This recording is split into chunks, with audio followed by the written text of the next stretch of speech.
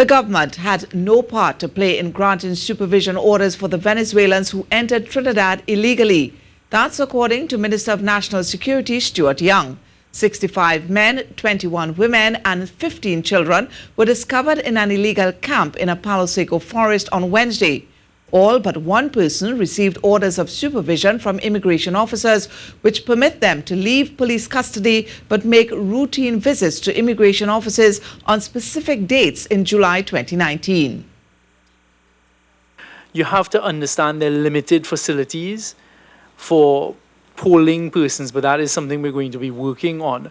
And I think they just took a decision on the ground there that if we release them on supervision orders, and I was told that persons are holding to the terms of their supervision order, so they are actually turning up when they're supposed to and reporting in, etc.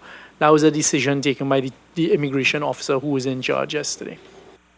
The sole person not granted an order of supervision did not have any form of identification and would remain in the custody of the Immigration Division. On the issue of Venezuelans entering the country seeking refuge, Prime Minister Dr. Keith Rowley said government's first and primary responsibility is to protect the citizenry of Trinidad and Tobago. He said the help that this country can give has to be limited. This little island cannot be the solution to millions or hundreds of thousands of migrants leaving Venezuela.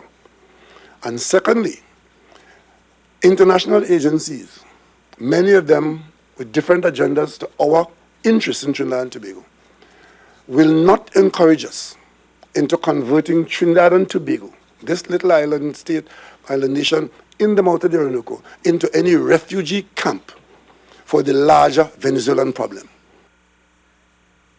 The upcoming registration of Venezuelans is being touted as the reason there's an increase in nationals of the South American nation illegally entering Trinidad and Tobago.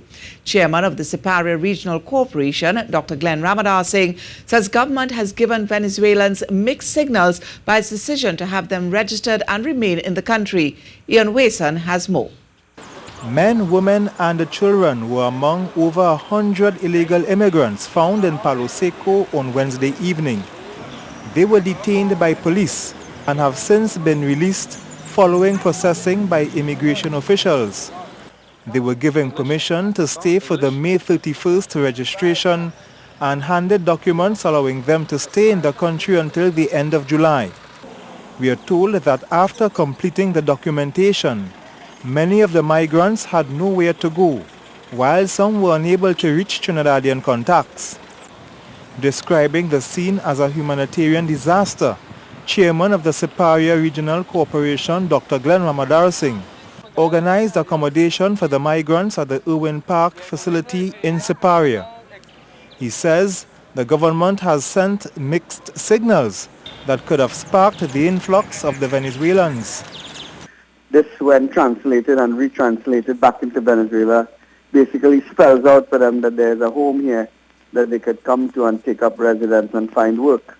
The mixed signals, the lack of coherent policy framework, the lack of preparedness, the lack of proactive work, the lack of marshalling all the different sectors of the government that need to get involved in this. CJOS Councillor Shankar Tilok Singh agreed and said he predicted the arrival of this country's neighbors in large numbers would eventually happen. Yes, when they closed the port some 3-4 weeks ago and stopped the legal process of processing of immigrants, and the ferries were stopped. Right?